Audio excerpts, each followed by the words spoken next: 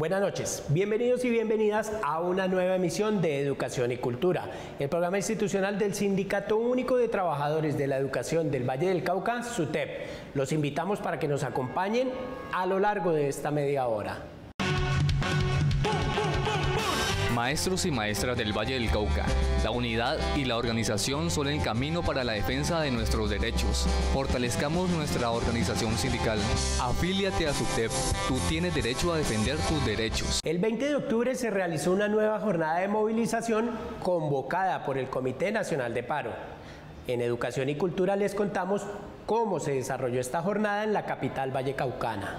El rechazo al proyecto de ley 099 que se tramita en el Congreso de la República, con el que el Centro Democrático pretende que las personas menores de 30 años que se hayan graduado de bachiller, técnico, tecnólogo o profesional y que no hayan tenido contratación laboral formal previa, puedan ser contratados por un salario mínimo y sin prestaciones sociales durante 1 o 2 años.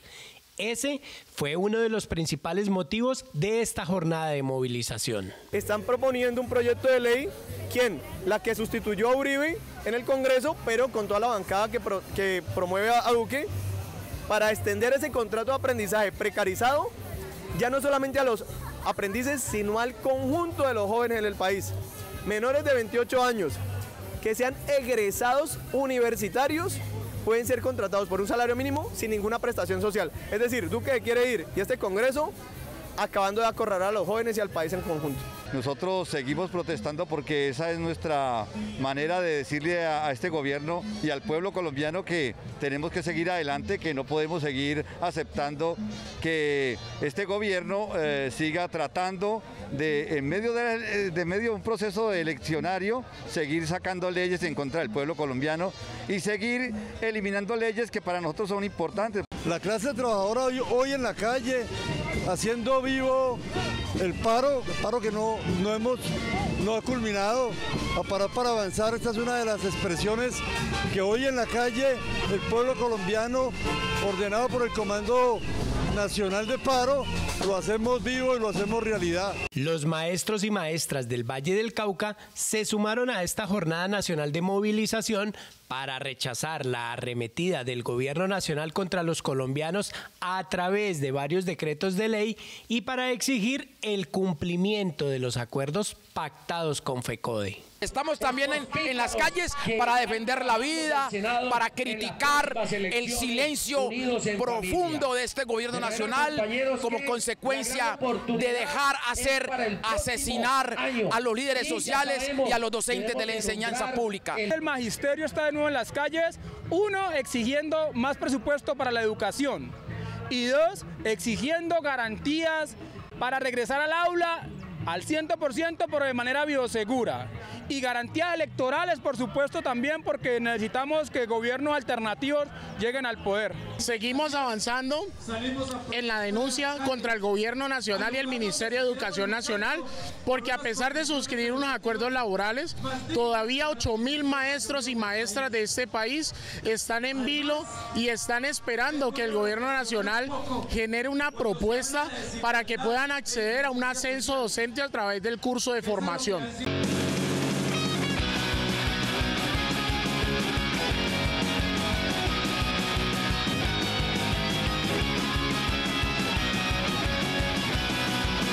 Yo creo en la vida, creo en los demás, creo que este cuento hay que lucharlo por la gente, creo en un país en paz, creo en la democracia, creo que lo que pasa es que estamos en malas manos, creo que esto tiene salvación. Y ese es un norte demasiado largo.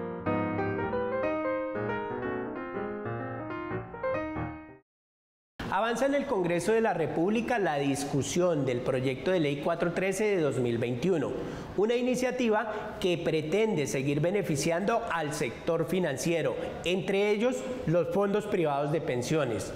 Un proyecto de ley que de aprobarse pondría al Estado a pagar las pensiones de estos fondos y a los pensionados a asumir mayores riesgos por las inversiones que estos realizan. Y para entender los riesgos de este proyecto de ley, nos acompaña el senador Wilson Arias. Wilson, bienvenido y gracias por atender esta invitación. Un saludo a ti, Fabio, Angélica, la parte técnica y a toda la audiencia de Educación y Cultura. Mucho gusto y muchas gracias por la invitación. Este proyecto de ley busca reformar el mercado de capitales, un mercado donde los fondos privados de pensiones canalizan los ahorros de sus afiliados y lo invierten bajo la promesa de obtener mayores rendimientos. Wilson, ¿qué hay detrás de este proyecto de ley? El mercado de capitales se sostiene básicamente en la lógica especuladora de las administradoras de fondos privados de pensiones. Es decir, es un paquete muy grande dentro del mercado de capitales y la idea es darles libertad a los bancos en ese mercado de capitales para jugar al casino con la plata de los afiliados de los fondos privados de pensiones, recursos públicos enormes, voluminosos, que antes estaban en manos del Estado, ahora están en manos de las administradoras privadas, concentradas en el 80% en 2 administradoras de fondos privados de pensiones, de modo que la presión es enorme.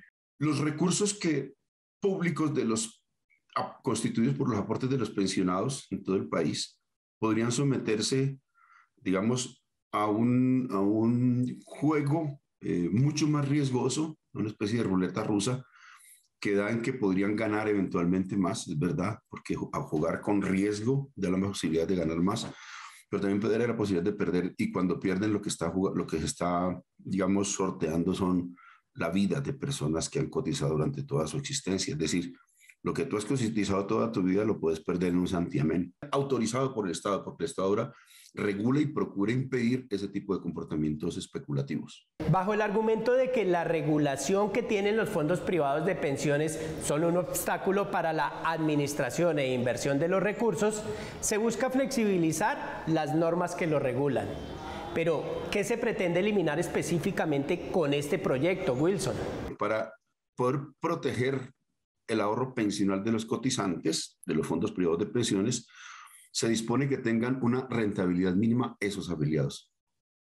Es decir, que el modo como inviertan los recursos públicos de los pensionados, quienes administran los fondos de pensiones, de los bancos, los dueños de los bancos, que el modo como jueguen nunca puedan hacerlo de modo que pueda tener una pérdida enorme y se habla de una rentabilidad mínima. Esas disposiciones se pretenden eliminar de un tajo, esa condición. Para darle más condiciones, digamos, de jugar en la ruleta rusa, he dicho, de los fondos privados de pensiones. Actualmente, los fondos privados de pensiones administran los recursos de sus afiliados de acuerdo con su perfil de riesgo, que está determinado por la edad y su momento laboral. Pero Wilson, ¿por qué este proyecto de ley pretende flexibilizar este esquema?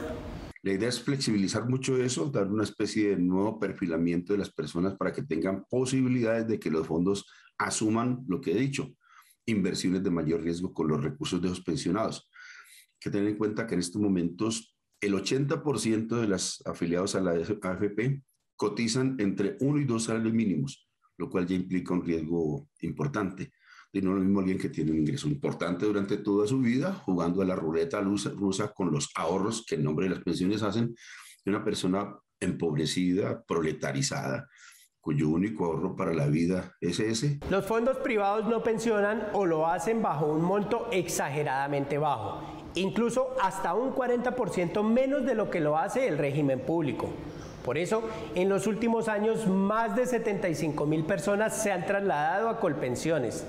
Este proyecto de ley pretende que se autorice el traslado solo de hombres mayores de 52 o mujeres mayores de 47 años. Wilson, ¿será que con los recursos públicos se terminarán pagando las pensiones de estos fondos privados?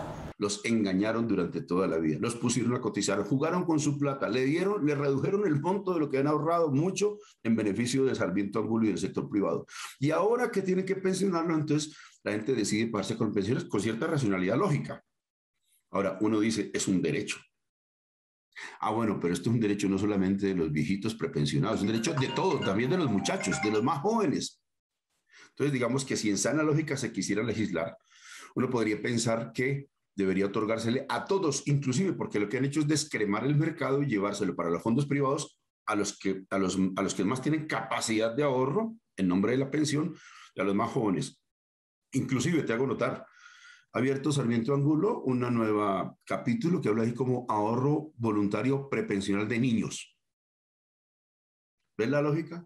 Yo te tengo que tener toda la vida cotizando, pero cuando llega la hora de no las tomando para Colpensiones, el sistema mediante el cual funcionamos es tan grave que permite a unos tener la crema del negocio y a otros tener el hueso, ¿no? El Estado se queda con el hueso y con los aportes de todos nos toca salvar cada año ese injusto, digamos, y asimétrico tratamiento que reciben los fondos, los públicos versus los fondos privados. Finalmente, ¿cómo se está tramitando este proyecto de ley en el Congreso de la República? ¿No están impedidos los senadores y representantes a la Cámara que fueron financiados por los bancos? Sí, porque los bancos han financiado sus campañas. El banco ha financiado la campaña individual personal de varios de ellos, entre ellos Rosario Guerra, coautora de este proyecto de ley, ponente principal. Y los partidos. Las plenarias están negando los impedimentos para autorizarse ellos mismos y lo hacen por grupos, porque son tantos los financiados por los bancos que si lo votaran en bloque nos quedaríamos sin quórum. Entonces, ¿qué hacen? Distribuyen la votación en grupitos de 5 parlamentarios para que se vayan autorizando mutuamente entre ellos mismos. La persona impedida autoriza a otros a rebajar su impedimento para que los otros se lo rebajen a él y de esa manera todos terminan votando y complaciendo al que financió su campaña. Eso es realmente lo que está ocurriendo hasta ahora. Lo que está ocurriendo en el Congreso de la República es una vergüenza nacional. Wilson, muchas gracias por haber aceptado esta invitación. Con el mayor de los gustos, con un abrazo cálido a ti y a toda tu audiencia. Educación y cultura.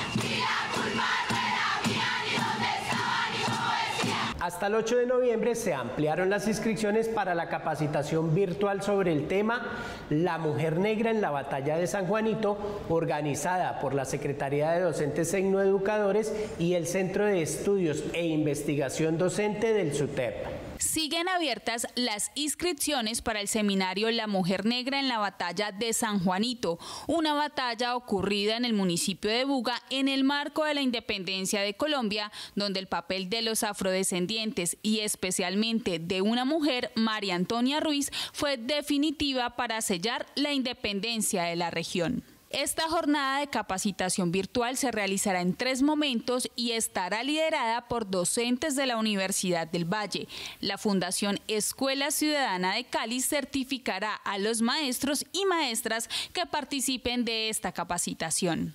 La capacitación se llevará a cabo los días 10, 11 y 12 de noviembre en los horarios de 9 a 10 de la mañana. Aunque esta capacitación iniciará con 35 docentes, está proyectada para 150 maestros y maestras del departamento del Valle del Cauca.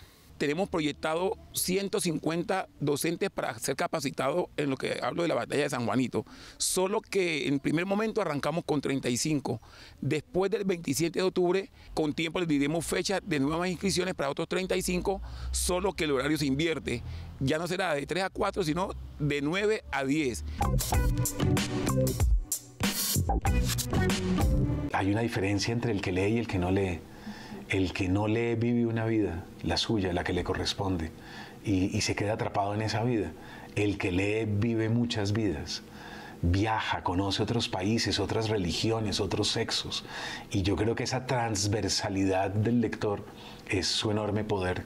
Luego que en el 2014 la multinacional Millicom comprara el 50% de las acciones de UNE, el componente de telecomunicaciones de las empresas públicas de Medellín, se debate en el Consejo de esta ciudad la venta total de la empresa. Durante ese ejercicio despojaron el patrimonio público y prácticamente le fue entregada con el pasaporte de un extranjero. Le entregaron la empresa más reconocida en el mercado de telecomunicaciones, se las entregaron a la multinacional Millicom. Y con los dineros que generó la misma empresa UNE, que hoy es la marca Tigo, se pagó prácticamente la transacción. El 26 de julio de este año, la alcaldía de Medellín radicó ante el consejo de esta ciudad el proyecto para vender el 50% restante de las acciones de UNE, el componente de telecomunicaciones de las empresas públicas de Medellín. conocida como Tigo. Están subvalorándola. Usted sabe, tratan de llevárselo a precio de nada. Dicen que aproximadamente puedan dar por la empresa máximo 3 billones, 4 billones de pesos, cuando en realidad, de acuerdo a las cifras, sin ser exactos, supera los 10 billones de pesos. Tigo es la tercera empresa más grande de telecomunicaciones de Colombia, generando utilidades por más de 1 billón de pesos anuales.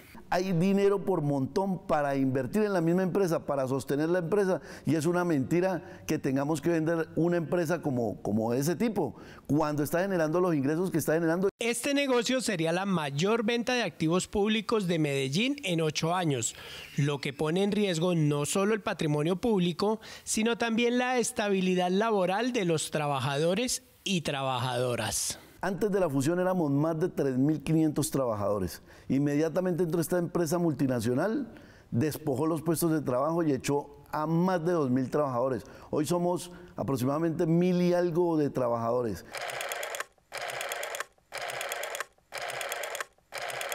Educación y cultura. Una cita semanal con la actualidad sindical, la cultura y la educación. Un programa del Sindicato Único de los Trabajadores de la Educación del Valle, SUTEV. En el marco del Festival Internacional de Música y Danzas Afrocandelareñas, la institución etnoeducativa Nuestra Señora de la Candelaria participó con una puesta en escena en la que resaltaron la lucha de las comunidades afrodescendientes por la libertad y sus derechos. Con un desfile por las principales vías del municipio de Candelaria, inició la versión número 20 del Festival Internacional de Música y Danzas Afrocandelareñas, una actividad a la que se vinculó la institución etnoeducativa Nuestra Señora de la Candelaria.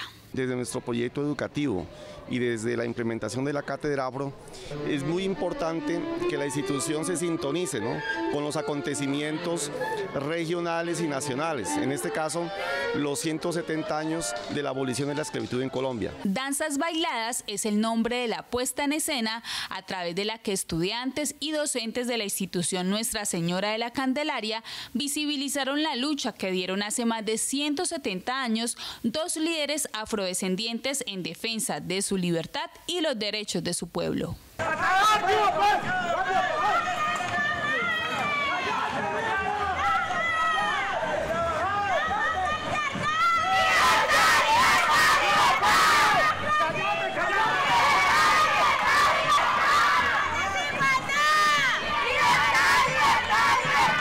Nemesio Mina, que fue un líder cimarrón de Puerto Tejada, ¿no?, que comenzando el siglo XX lideró una lucha de reivindicación en contra de los ingenios que en ese momento despojaban de las fincas, ¿no?, a los afrocolombianos que tuvieron la oportunidad de hacerse un territorio en ese lugar. Casilda Cundumí, una líder que pues no sabemos si es mito o realidad, pero representa, ¿no?, las luchas de la mujer cimarrona, de la mujer libertaria, que precisamente desde esos saberes, ¿no?, y de esa rebeldía encabezó un movimiento de resistencia aquí en el Cerrito Valle, ¿no? Mostrar que a través de todo lo que viene siendo el arte podemos expresar y de alguna manera dar a demostrar la diversidad que tenemos a lo largo de todo Colombia. En este caso quisimos representar las luchas sociales que se han dado a lo largo de los años con la liberación de los afrocolombianos, y queremos dar a entender que no solamente en algún momento la hubo, sino que sigue existiendo y que queremos seguir luchando por ella.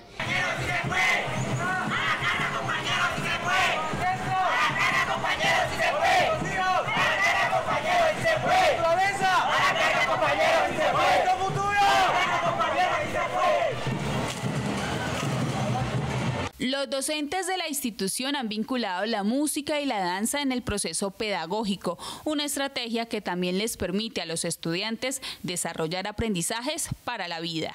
Trabajo en equipo súper bien, pues son otras compañeras de otros salones, nos estamos agrupando, tenemos más respeto, más comunión, más solidaridad, más responsabilidad primero que todo, porque para hacer ese papel no es tan fácil, pues uno salir a las calles a representarlo. Nosotros queremos que nuestros estudiantes salgan a la calle, se encuentren con su comunidad y participen, ¿no?, de manera activa, llevando este mensaje, ¿no?, reivindicativo. ¡Fuerza! ¡Fuerza!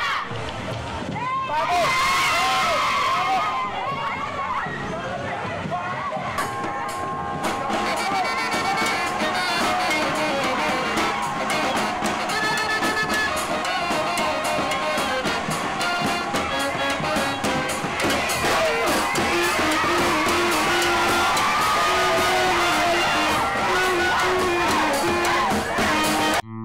escuela es el lugar donde se hacen amigos. No se trata solo de edificios, aulas, salas, pizarras, programas, horarios, conceptos. Importante en la escuela no es solo trabajar, es también crear lazos de amistad, es crear un ambiente de camaradería, es convivir, es unirse. Paulo Freire. La Secretaría de Organización y Escuela Sindical del SUTEP se desplazó hasta el municipio del Dobio para capacitar a más de 70 maestros y maestras. Una apuesta para que la formación política y sindical sea la base de la lucha en defensa de la educación pública. El SUTEP le sigue apostando a la cualificación y formación política y sindical de las maestras y maestros afiliados a la organización. En esta oportunidad, la Secretaría de Organización y Escuela Sindical visitó el municipio del Dobio con el objetivo de hacer un análisis del contexto en el que hoy se da la lucha sindical.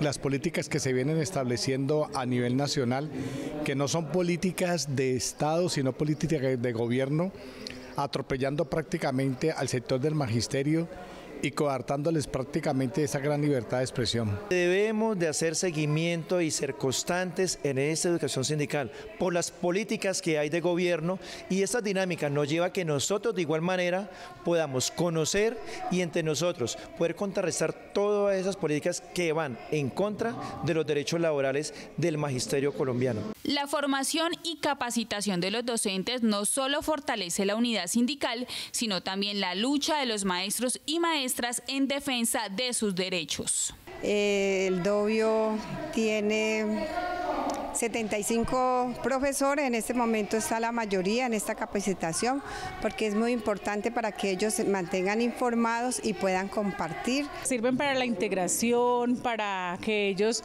aprendan el liderazgo del sindicato, para que aprendamos a fortalecernos frente a esta lucha que tenemos a diario con el Magisterio de Colombia. Las nuevas generaciones que seguimos en el magisterio necesitamos que los docentes antiguos nos capaciten y nos ayuden a ver la importancia de pertenecer a un sindicato para luchar por nuestros deberes y derechos. La idea es fortalecernos y seguir luchando por todo lo que es el magisterio y por la educación de nuestros estudiantes. La Secretaría de Organización y Escuela Sindical del SUTEP seguirá recorriendo los municipios del departamento del Valle del Cauca con el propósito de fortalecer la lucha en defensa de la educación pública. Ser maestro es mi orgullo, un gran reto es mi misión, transformar para el mañana el hombre de mi nación. Vamos llegando al final de esta emisión de Educación y Cultura, y como ya es habitual, la licenciada Eufemia Mosquera Rivas, presidenta de la organización sindical, rinde el informe semanal.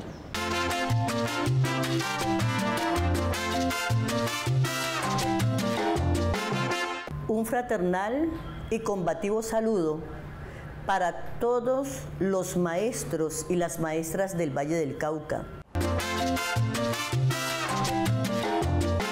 Compañeros y compañeras, felicitar a todos los maestros y las maestras, los compañeros trabajadores, obreros de los diferentes sectores, que nos movilizamos ayer en la capital de Cali en esta apoteósica movilización, una vez más denunciando los atropellos del gobierno en contra de la clase trabajadora. Lamentar profundamente que se haya aprobado un presupuesto que va en contravía de los colombianos. Este presupuesto que, como siempre, ha dejado con un nivel de ingresos mucho más bajo al Sistema General de Participación. Otro gran damnificado dentro de este presupuesto nacional aprobado fue la ciencia y la tecnología, dejando una vez más sin posibilidades de investigación y de creación del conocimiento a nuestros muchachos, nuestros estudiantes en las aulas de secundaria y en las aulas universitarias. ¿Y qué decir del campo? que es el presupuesto más bajo aprobado en los últimos 5 años, y se sigue entonces en la política de arrasamiento del campo colombiano. Recordemos que si no hay campo, no hay soberanía alimentaria.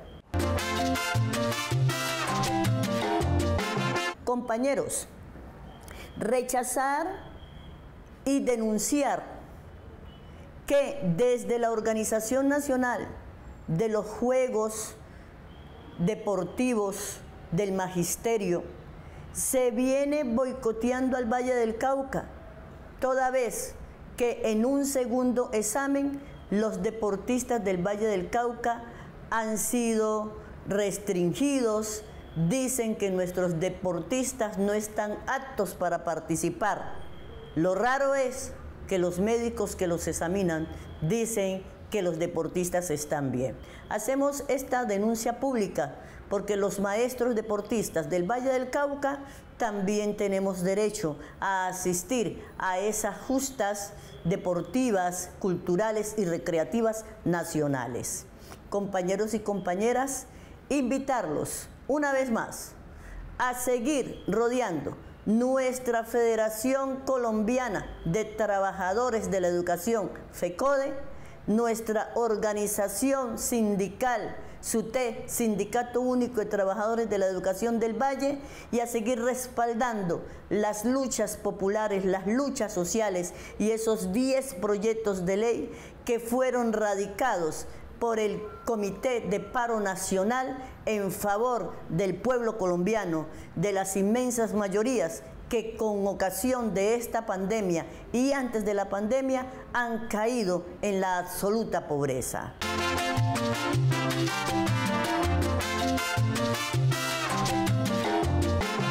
Despertemos, despertemos humanidad, ya no hay tiempo. Nuestras conciencias serán sacudidas por el hecho de estar solo contemplando la autodestrucción basada en la depredación capitalista, racista y patriarcal. La madre tierra militarizada, cercada, envenenada, donde se violan sistemáticamente derechos elementales, nos exige actuar. Construyamos entonces sociedades capaces de coexistir de manera justa, digna y por la vida.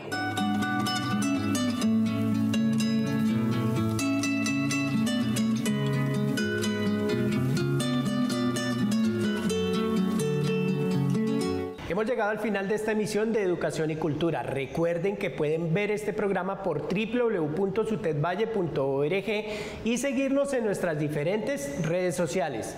No olviden que tenemos una cita todos los lunes a las 7 de la noche por el canal regional Telepacífico.